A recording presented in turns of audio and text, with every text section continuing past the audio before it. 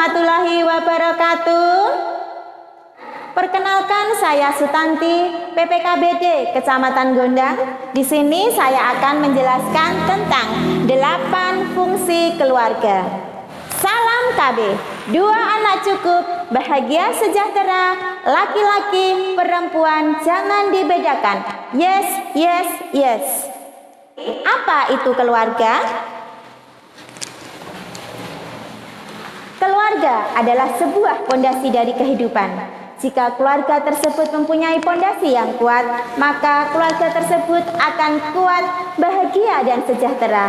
Apa kunci dari kekuatan sebuah keluarga? Yaitu terpenuhinya 8 fungsi keluarga. Keluarga menurut Undang-Undang Nomor 52 Tahun 2009 Bab 1 Pasal 1 Ayat 6 tentang perkembangan kependudukan dan pembangunan keluarga.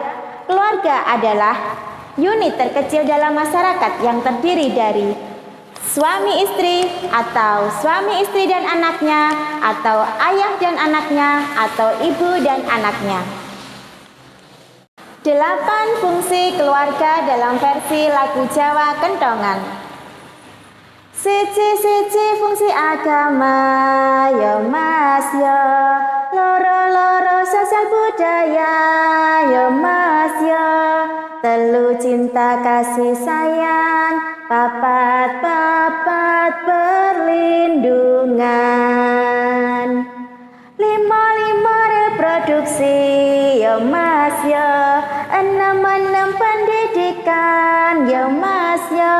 7 ekonomi, 8 fungsi lingkungan. Terima kasih. Di sini saya akan menjelaskan ke-8 fungsi keluarga dalam menghadapi pandemi virus corona. Yang pertama adalah fungsi agama. Fungsi agama. Keluarga adalah tempat di mana nilai-nilai agama diberikan, diajarkan, dan dipraktekkan. Di sini orang tua berperan dalam menanamkan nilai-nilai agama dan memberikan identitas agama kepada anaknya.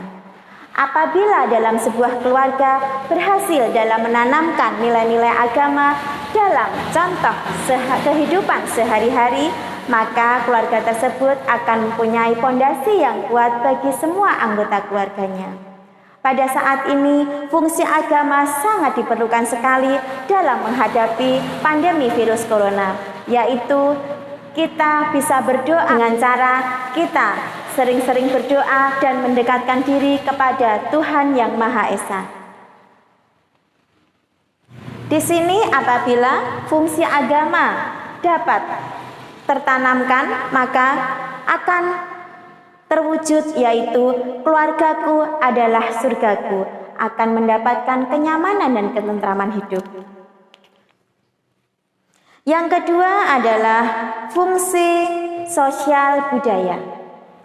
Manusia tidak lepas dari orang lain karena manusia diciptakan untuk saling berhubungan antara satu dengan yang lainnya. Maka dalam keluarga perlu ditanamkan yaitu nilai-nilai sosial dan budaya yang berlaku dalam masyarakat, di mana saat ini sedang digalakan atau dicanangkan dalam menghadapi pandemi virus corona, yaitu social distancing. Kita harus menjaga jarak antara satu dengan yang lainnya. Maka untuk itu kita perlu di rumah saja. Fungsi cinta dan kasih sayang.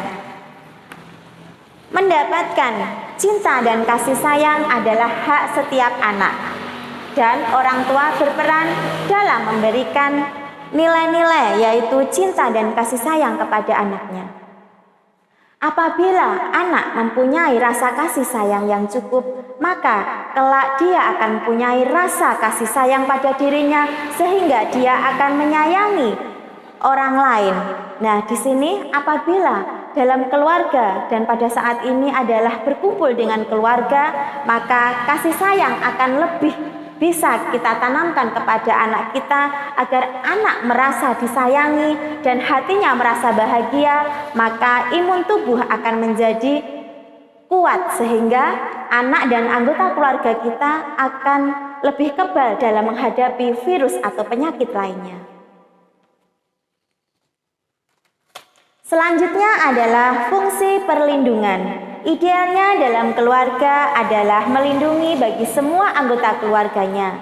Apabila dalam keluarga tersebut mempunyai masalah atau konflik, perlu dibicarakan secara kekeluargaan, dihindari yaitu kekerasan fisik dan verbal sehingga keluarga tersebut akan merasa aman, nyaman, dan tentram. Contoh dari fungsi perlindungan dalam menghadapi pandemi virus corona yaitu kita bisa melindungi diri dengan cara yaitu menjaga jarak.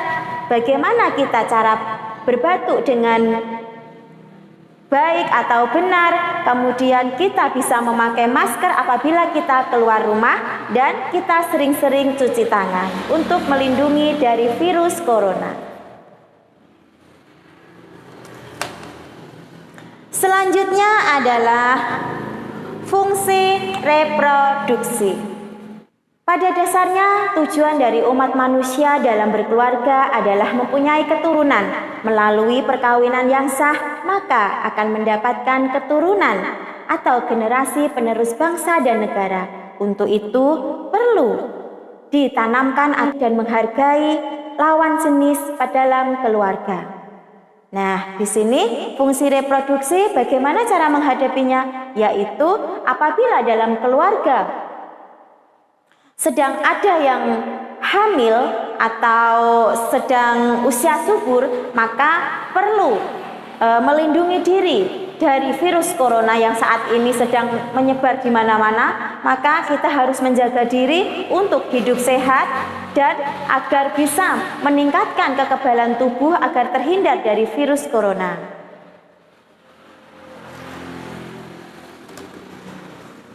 Selanjutnya adalah fungsi sosialisasi dan pendidikan. Sosialisasi dan pendidikan yang pertama adalah di keluarga. Pendidikan yang pertama adalah di keluarga dan yang kedua adalah di sekolah.